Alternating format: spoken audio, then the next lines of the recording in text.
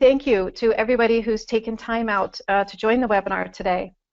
So today, like John said, I'm going to be talking to you about the value of knowledge, what knowledge is exactly, and how you can use it best to your advantage within your organization.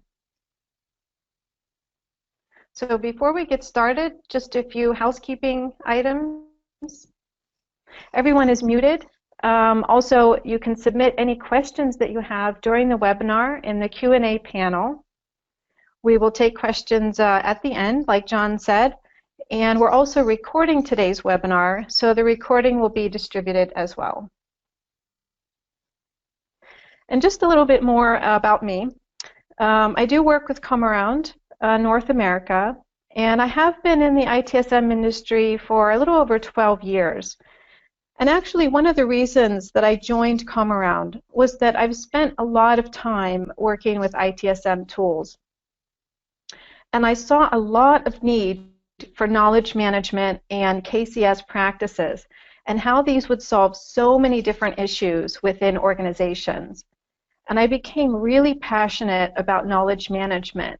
And I love being able to do webinars and presentations like this today to be able to inform you about KCS and knowledge management, because when these are in practice, you can see dramatic results in your organization very quickly. So there's some of my information on the screen there, so feel free to connect with me on LinkedIn and follow me on Twitter. So let's talk about knowledge. It seems simple enough, right? Well, it is.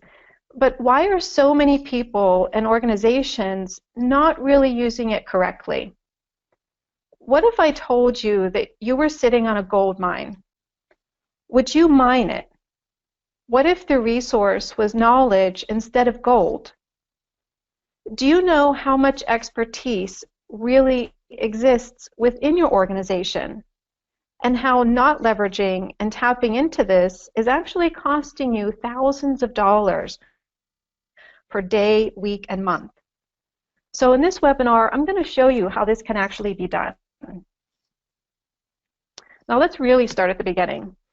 The idea of sharing knowledge is intrinsic to who we are as humans, and it can be traced back to oral tradition, where knowledge was passed down and shared through stories and songs. Now this information was so valuable that it's what helped us to develop into who we are today. The information shared was from how to build things, medicinal knowledge, food, what to eat, what not to eat, how to prepare it, etc. Now all of this knowledge came together to form our societies and actually to ensure our survival. That's how important knowledge is. Now today, of course, this has changed to a dramatic degree. Some even now call knowledge the new capital. Information has never been more valuable than it is right now, or more available. So let's just first look at an example. This one actually comes from personal experience. Let's say that your dishwasher broke and it won't drain. Now in the past, I would have very little options available to me for repair. I could call a repairman, wait for them to come out, and it would be expensive, or I could call the dishwasher company for advice. But now, I can solve the problem myself by shared knowledge. On my phone or computer, I can find the answer quickly and usually free, which is exactly what I did.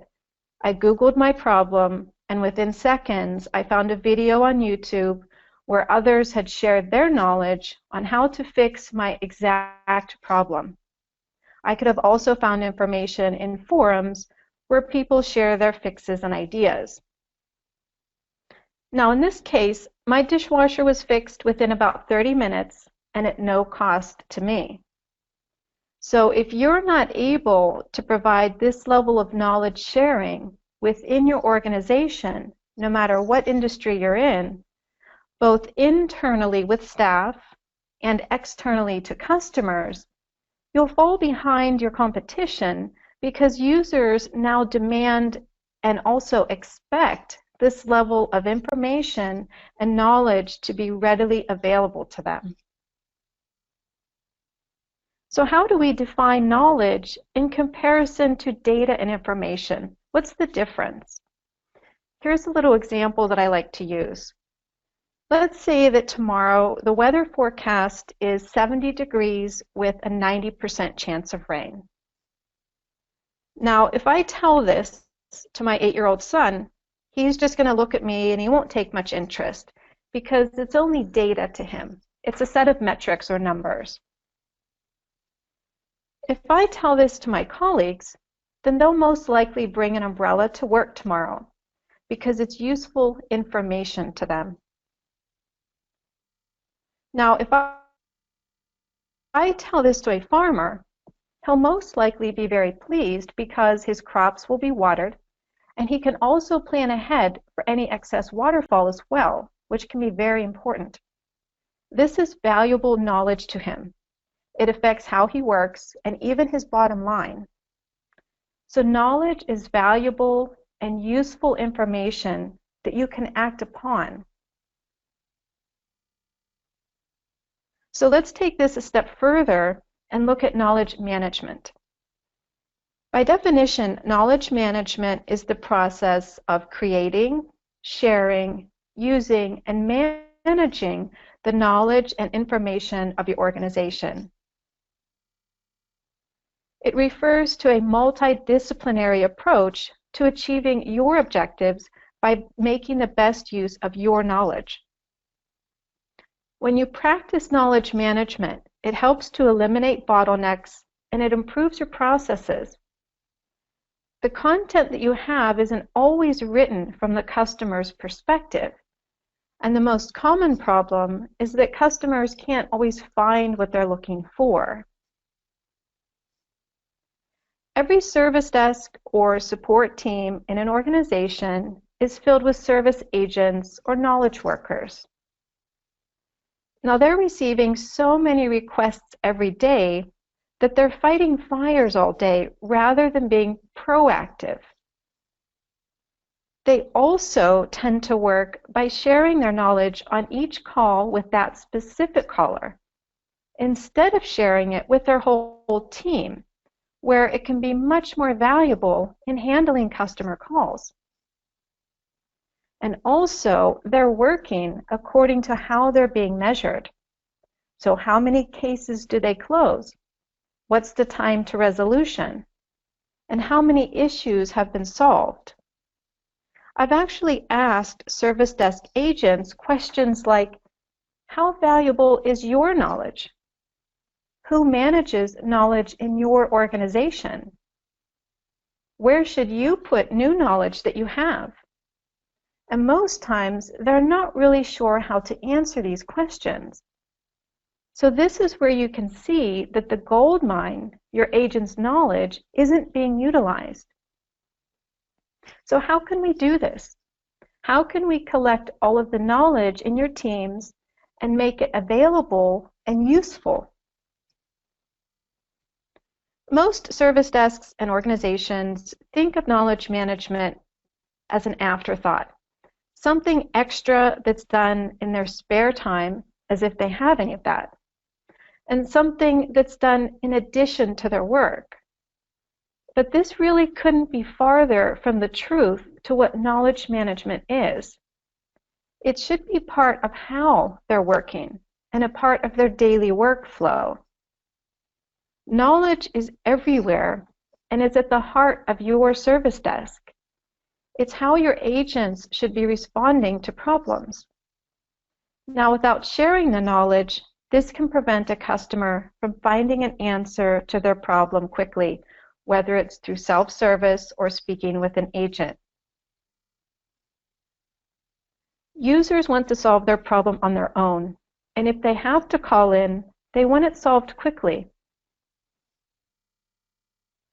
If your agents are sharing their knowledge in an organized way, they can allow for support to shift left or to level 0 support. This is self-service, and this is what the customers today are really looking for. When knowledge management and KCS are utilized correctly, an organization can see results such as 60% shorter resolution time, 50% fewer cases to the service desk because they're being deflected to self-service,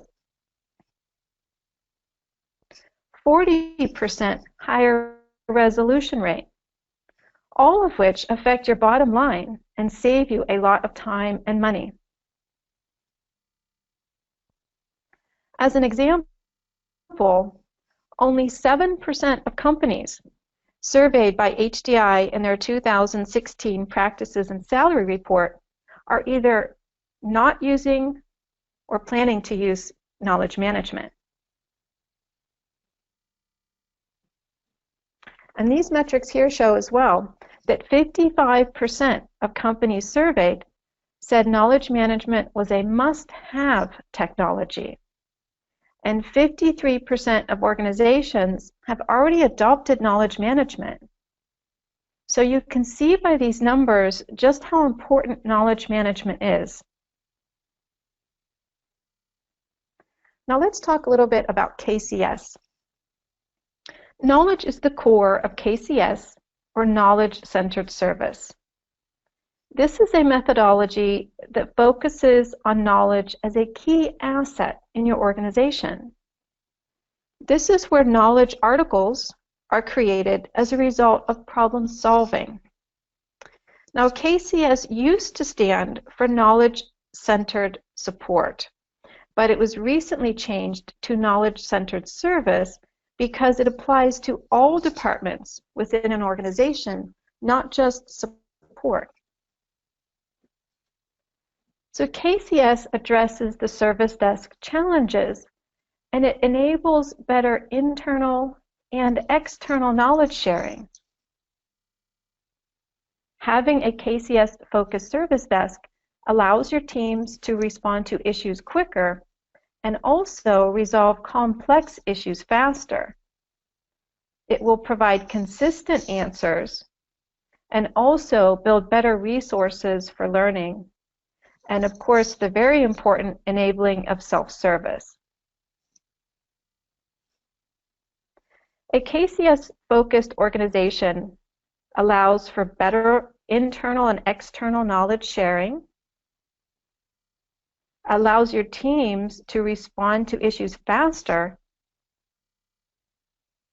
resolves complex issues quicker, provides consistent answers, builds better resources for learning, and activates self-service. So what makes KCS unique and different to the traditional knowledge sharing of one-to-many, which is how we've traditionally shared knowledge? Somebody's created it and shared it with everybody. KCS uses the many-to-many model. It's demand-driven and self-correcting. So it's based on what's called a double loop learning process. Basically what this means is information is continually added, updated, and retired as needed. It's a cycle. And as a result of this, knowledge articles are a byproduct of your agent's daily work routine. It's just part of their normal workflow. So the content in your organization evolves based on demand, and only articles that are being used should be the ones that are improved. So KCS allows you to always have an up-to-date knowledge base, which is then opened up and shared to self-service. Your service desk should only be solving an issue once. After that, it's then a known solution, and it can be passed to self-service. It shouldn't be solved over and over again. Service desk agents should be searching the knowledge base with each ticket. If they don't find what they're looking for, then they create it while they're on the call. KCS uses the UFA model. Use it, flag it, fix it, and add it, We won't go into this in detail here, but I wanted to show you this process because it really ensures that your knowledge is kept up to date. So real quick, some of the benefits of KCS are a shorter onboarding time for new employees. This can shorten the training period dramatically. More satisfied employees because they're finding what they're looking for quickly. And also customers who feel prioritized. Now, KCS is also very helpful with change management. I've actually seen this happen in many organizations with large and small changes. New systems can be added, there can be new procedures. All of these can be managed very easily and cost-effective with knowledge management. What about cessation planning? Are you prepared for when a few people in your organization leave or retire that hold a lot of the knowledge? In most cases, that knowledge actually leaves with them. So KCS ensures that it stays within your organization and with seamless and easy transitions. KCS is about creating knowledge at the speed of speech. It's just-in-time quality. It doesn't need to be perfect. It just needs to be good enough to solve the issue. Knowledge is dynamic, and it does change over time. 80% of the content that we create is actually only looked at once. It won't be looked at a second time. So we have to be focusing on customer demand and the needs at the current moment, not creating content and then waiting to publish it. It should be captured at the time of the customer interaction and really using their words and context. This will allow it to be much easier to be found later by other users. Now, it can be a challenge in the beginning for a service desk agent to get used to creating an article while having a conversation with the user. However, once they're used to this and it's part of their daily workflow, and this knowledge is captured, they'll then see the benefit because it can be used for self-service and for other agents to refer to on further calls with the same topic, saving a lot of time. Easy-to-use templates really help with this as well. Knowledge should also be easily accessible.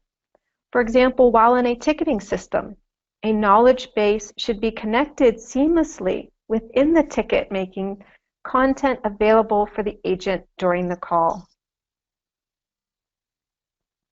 Did you know that a good self-service portal actually solves as many as 10 times the amount of issues reaching level 1? Now, KCS does involve a shift in thinking. It requires a new way for people to think about work and measures as well as processes.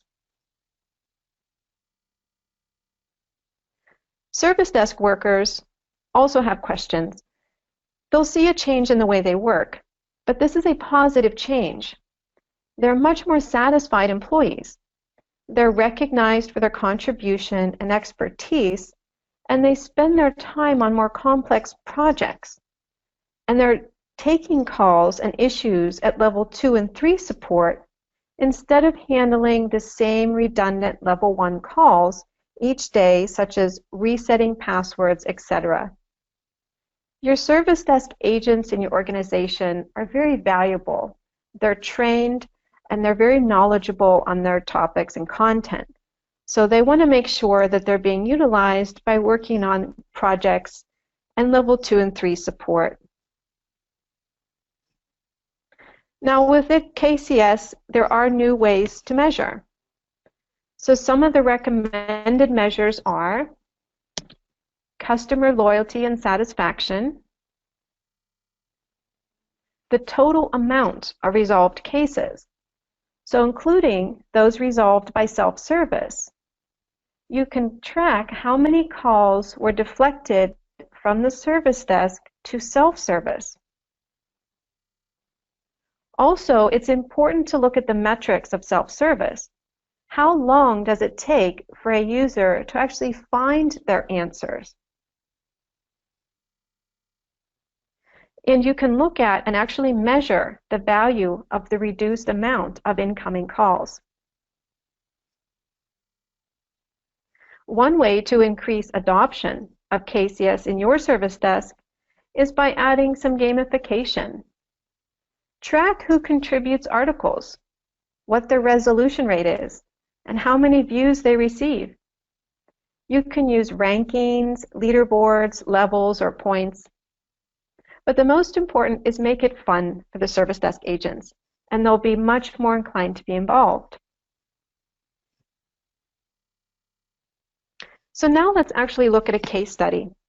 This is from Stockholm University. So they support over 55,000 students and staff.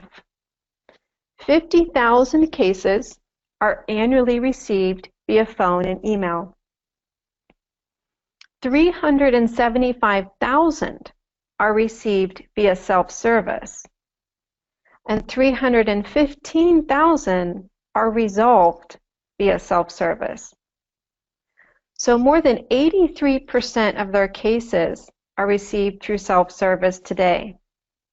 The value for them is extremely noticeable. Now, according to HDI, it costs an average of $18 to solve a ticket. Gartner reports that it costs $3 per issue in self-service. So if you look at that, that's a $15 savings. If they multiply that by the amount of resolved cases via self-service, they're seeing a tremendous ROI. And as I speak with customers and those in the industry that are actually using knowledge management and KCS, they see very similar results. And what I really like is they see the results quickly. It's reported that 91% of customers prefer self-service. So it's really important that it's not only available to them, but that it's really tailored to their needs and they're finding what they need quickly.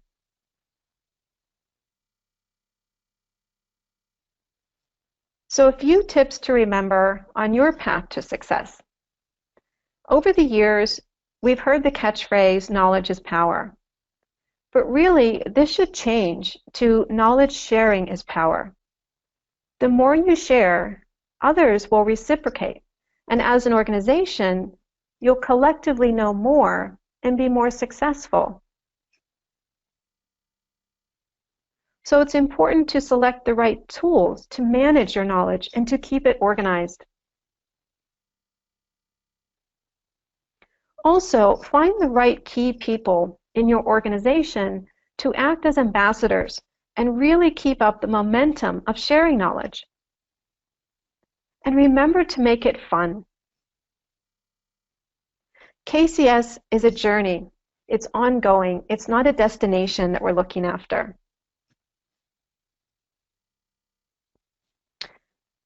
So that's basically the presentation on knowledge management in KCS. Just a little bit about what ComAround does. If you're looking for a KCS verified tool that can actually help you in your knowledge management journey, we can help because we're experts in this field. You can see by the 3 points listed here that we provide a complete 360-degree knowledge management solution. We provide a knowledge management tool, but also the experts to provide training and consulting to support you wherever you are in your knowledge management journey. We're a global organization, so no matter where you're joining from in the world, we're completely global. We have over 250 customers and partners, and we have North America offices in San Francisco and Pittsburgh, where I'm at, like John mentioned. And we do have customers in all range of sizes in corporations. in the public and the private sectors. So that's my presentation. I hope you learned something and enjoyed learning a little bit more about knowledge management in KCS. So I'll just ask John if he's got any questions that have come in the minutes remaining. Yeah, thank you, Jenny. That was spectacular. Much appreciate that. Just put it in the chat box there. If you do have any questions for Jenny, I see a couple already starting to come in. Please drop them in the chat box.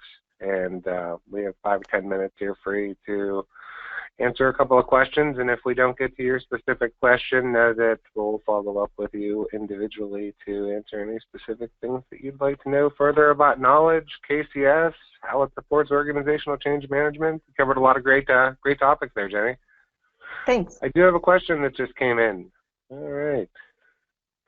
This is coming from Bill at a large healthcare institution in Ohio. It says, what do you see as the biggest barrier to getting KCS adoption at an organization? That's a really good question. That's something that I do hear quite frequently, especially because knowledge management is something that's new in a lot of organizations. So adoption can be difficult. One or several people can be very active with it in an organization, but it could be that the entire team isn't really involved in using it, and if they're not, it won't work. So it's important, I think, to have management buy-in. This can be gained by really showing the ROI, using metrics and reporting, so that you can actually show, like some of the examples I showed here, you can show dollar amounts, an actual value of practicing KCS, not only in dollars and cents, but in the time that you save. It also helps, like I mentioned, to designate an ambassador, somebody that kind of acts between the service desk and management to help facilitate this as well. This can be an actual knowledge manager in the organization. It can be somebody in the service desk that's more of a coach role with knowledge management. And this is kind of where the roles start to come in with KCS.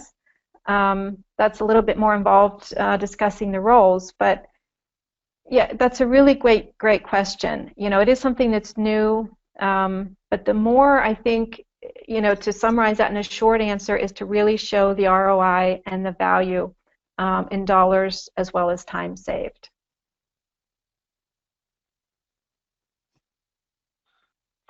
Awesome. Thank you, Jenny. I have another question that just came in, coming from Jamaica. Wow. Okay. Nice. Yeah. This is Susan. Susan says that she's been involved with the help desk for many years and was just given the knowledge manager role within her organization. Mm-hmm. And she believes in KCS and everything you just talked about, but has no idea where to start on how to get started rolling it out.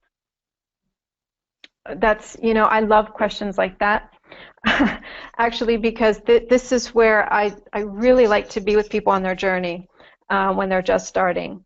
So the good news is, if you've been assigned as a knowledge manager, that means that your company already has buy-in into knowledge management, the fact that they've made you into that role. So that's great. That's a great start. I think one of the things that could be helpful for you and your organization would be to start with some kind of assessment or a health check. This kind of, it's a quick, you know, check that can give you a baseline of what's currently working, what's not working, how to improve any existing workflows and processes that you do have that are related to knowledge management. This is something you can do yourself. You can also find an organization to help you with this, to kind of really just get an assessment. Do an overall look first of what knowledge do you have. Do you have a lot of articles that need to be placed, you know, into a knowledge base? Do you have a knowledge base, but you need to then start working with it more formally? I think that would be a great place to start. Also, one thing I would recommend, especially if this is new, is if you are working with, I'm not sure the structure of your organization, but if you're working with staff and also the public or end users, I would roll out knowledge management internally first. So within the service desk, you could do this perhaps to a part of the service desk, a team, then to the entire service desk. Then you can roll it out to the entire organization, and then to end users or public customers if that is part of your business. I think really taking it in steps is the best way to go. That's where I've seen it the most successful. So the key would be to kind of start small and then build from there, because then you're really building a solid foundation.